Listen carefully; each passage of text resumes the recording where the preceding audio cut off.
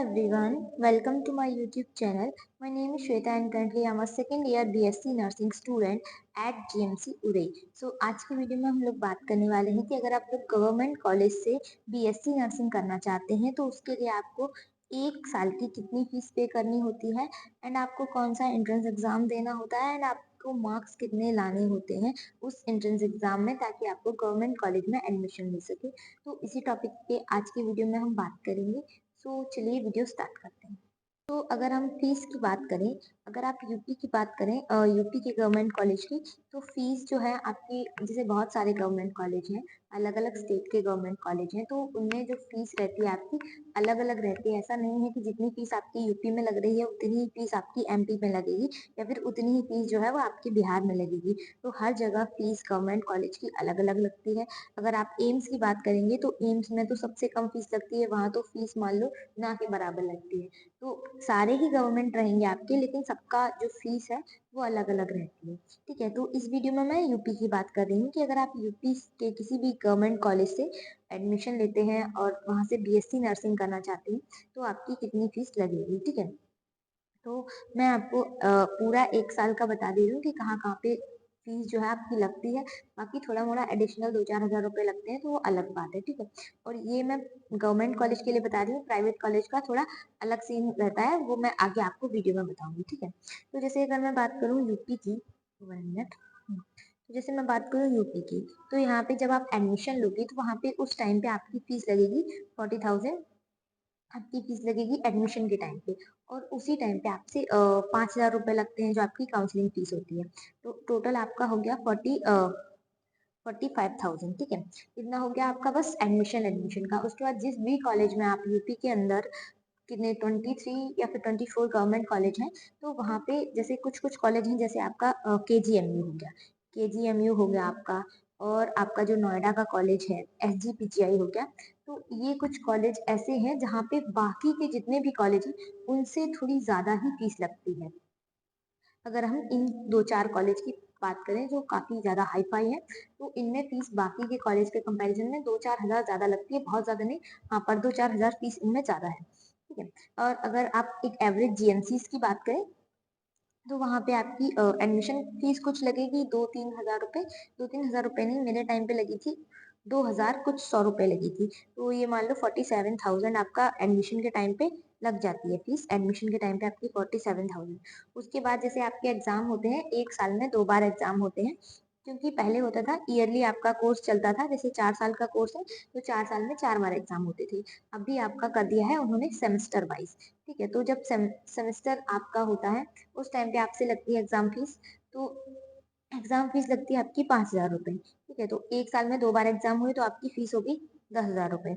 उसके अकॉर्डिंग ही मैं बता रही हूँ. मान लो अभी आपका ये 47,000 हो गया था, तो 57,000 ये बस आपका लगा है फीस फीस का, केवल कॉलेज में उस फीस का जो आपकी रिसिप्ट आपको मिलेगी.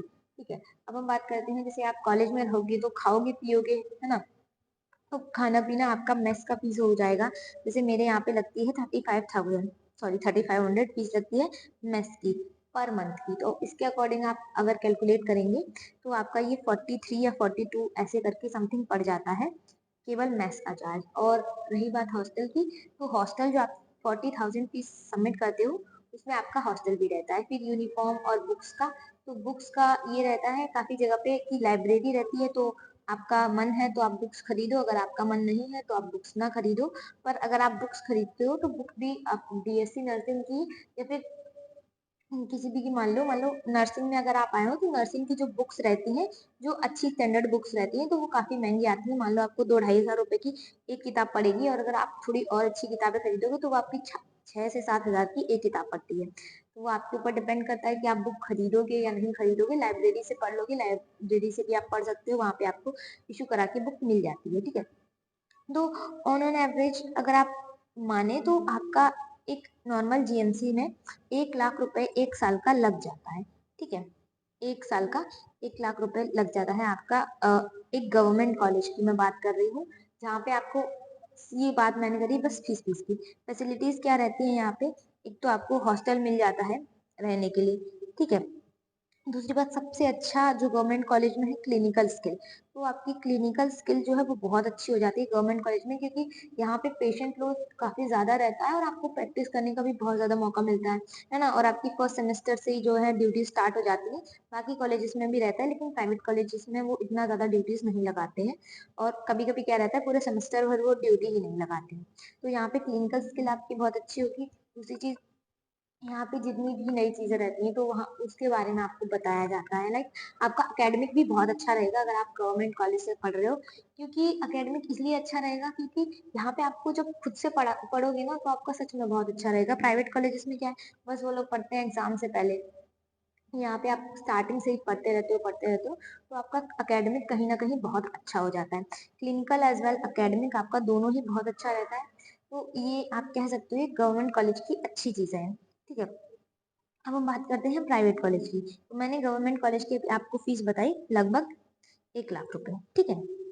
अब हम प्राइवेट कॉलेज की बात करते हैं। तो किसी नॉर्मल प्राइवेट कॉलेज अगर वो थोड़ा-सा भी अच्छा है तो, अगर वो थोड़ा-सा ही अच्छा है तो उसकी फीस ही फीस जो रहती है वो आपकी 1 लाख रुपए रहती है, बस एडमिशन फीस। उसके बाद आपका रहेगा उसमें हॉस्टल, अगर आप हॉस्टल में रह रहे हो तो हॉस्टल फीस लगेगी आपकी। उसके बाद आपका हॉस्टल में हो सकता है मेस इंक्लूड हो या ना हो। उसके बाद बुक्स हो गया आपका, यूनिफॉर्म हो गया आपका, और आपकी क्लिनिकल जो ड्यूटीज लगाते हैं। कुछ कुछ कॉलेजेस में क्या करते हैं कि उनके पास जो है प्राइवेट कॉलेज रहता है तो उसमें हॉस्पिटल एसोसिएटेड नहीं रहता है प्राइवेट कॉलेज में, तो वो लोग फिर चार्ज लेते हैं कि वहां पे हम आपकी ड्यूटी लगाएंगे तो आपसे इतना पैसा लगेगा जिसके बदले में आपको सीखने को मिलेगा। तो ये सब इशू रहता है। तो मान लो अगर आप एक एवरेज प्राइवेट कॉलेज से जो कि थोड़ा बहुत अच्छा है, तो वहाँ पे आपको जो फीस है वो आपको 2 से ढाई लाख रुपए पड़ जाती है अगर आप एक एवरेज मतलब प्राइवेट कॉलेज से कर रहे हो जो थोड़ा सा भी अच्छा है। अगर अच्छा नहीं है, वरना आपको ऐसे भी मतलब यूपी में या फिर कई जगह पे एमपी वगैरह में भी बहुत ऐसे कॉलेज हैं जहाँ पे वो आपसे बस 70 टू 80 के फीस लेते हैं प्राइवेट कॉलेज में, और उसके बदले में वो आपको डिग्री दे देंगे। ना तो आपको क्लिनिकल का नॉलेज रहेगा, ना ही आपको एकेडमिक का नॉलेज रहेगा। बस क्या रहेगा, आपको 70-80 हजार में 1 साल में आपको पे करना होगा और जिसके बदले में आपको 4 साल की डिग्री मिल जाएगी, जिसका कोई मतलब नहीं रहेगा, क्योंकि ना तो आपको क्लिनिकल आता होगा, ना आपको एकेडमिक आता होगा। अगर आपको आगे कुछ करना है तो उसके लिए आपको दोबारा से पैसा बर्बाद करना पड़ेगा। ठीक है? और एक चीज़ की स्कॉलरशिप के लिए आप लोग परेशान मत होना। स्कॉलरशिप का क्या रहता है कि कभी-कभी स्कॉलरशिप जो है वो प्राइवेट कॉलेज में भी नहीं आती है, कभी-कभी गवर्नमेंट कॉलेज में भी नहीं आती। तो स्कॉलरशिप का प्राइवेट और गवर्नमेंट होने से कोई मतलब नहीं है। यहाँ पे आपकी इनकम मतलब मैटर करती है और आपका वही प्रीवियस जो आपने बीएससी वगैरह कुछ किया है या नहीं किया है। ठीक है? स्कॉलरशिप आपका दोनों में आता है, भले ही आप प्राइवेट से करो, गवर्नमेंट से करो, आप किसी भी कास्ट कह सकते हैं आप एससी, एसटी, ओबीसी, जनरल किसी से भी बिलोंग करते हो, स्कॉलरशिप का उससे कोई मतलब रिलेशन नहीं है। स्कॉलरशिप दोनों जगह आता है आपका, तो आप लोग इस चीज़ से बिल्कुल परेशान मत रहना कि अगर हम प्राइवेट से करेंगे तो हमें स्कॉलरशिप नहीं मिलेगी, गवर्नमेंट से करेंगे तो स्कॉलरशिप मिलेगी। ऐसा कुछ नहीं है। तो किसी-किसी का गवर्नमेंट में भी नहीं आता और किसी-किसी का जो है प्राइवेट में भी आ जाता है अच्छा खासा स्कॉलर। ठीक है? और फीस का जो है वो मैंने आपको समझा दिया है। अगर आप एक एवरेज कॉलेज से कर रहे हो जो कि आपका थोड़ा बहुत अच्छा है प्राइवेट में, तो सॉरी, तो उसकी आपकी जो फीस रहती है वो 2.5 कह सकते हो आप, इतना लाख तक जा सकती है 1 साल की फीस। ठीक है? वहीं आप एवरेज जीएमसी से कर रहे हो, मतलब जो गवर्नमेंट कॉलेज है, अच्छा है, आपका स्टेट लेवल का कॉलेज है, तो वहाँ पे आपकी नॉर्मल जो फीस रहती है वो 1 लाख रुपए तक हो सकती है। और अगर आप किसी एम्स वगैरह से कर रहे हो तो एम्स वगैरह में आपकी बिल्कुल ना के बराबर फीस लगती है। वहाँ पे आपका पूरा साल का खर्चा होगा मुश्किल से 5,000 रुपए। तो दोनों चीजों में अंतर है, पहले ही समझ लेना, उसके बाद आप बोलना कि इतना फीस कैसे हो गया। ठीक है? और इस वीडियो में मैंने आपको एक्सप्लेन भी करा है कि मतलब कैसे आपकी 1 लाख रुपए तक फीस जाती है। कोई चीज इसमें मैंने छोड़ी नहीं है। इसके अलावा भी अगर आप लोग को कोई डाउट रह रहा है तो आप लोग पूछ सकते हैं। ठीक है? ठीक है? तो ये सीन कुछ रहता है प्राइवेट और गवर्नमेंट कॉलेज का। इस वीडियो में मैंने आपको फीस के बारे में बता दिया और ऊपर-ऊपर से थोड़ा-थोड़ा स्ट्रक्चर समझा दिया है कि कैसा क्या रहता है। ठीक है? इसके अलावा भी आपको अगर और कुछ जानना है या फिर कोई चीज़ जो मैंने इस वीडियो में एक्सप्लेन करी है आपको नहीं समझ में आती है, तो आप लोग पूछ सकते हैं कमेंट में। ठीक है? आज की वीडियो के लिए इतना ही, मिलते हैं नेक्स्ट वीडियो में। Bye bye.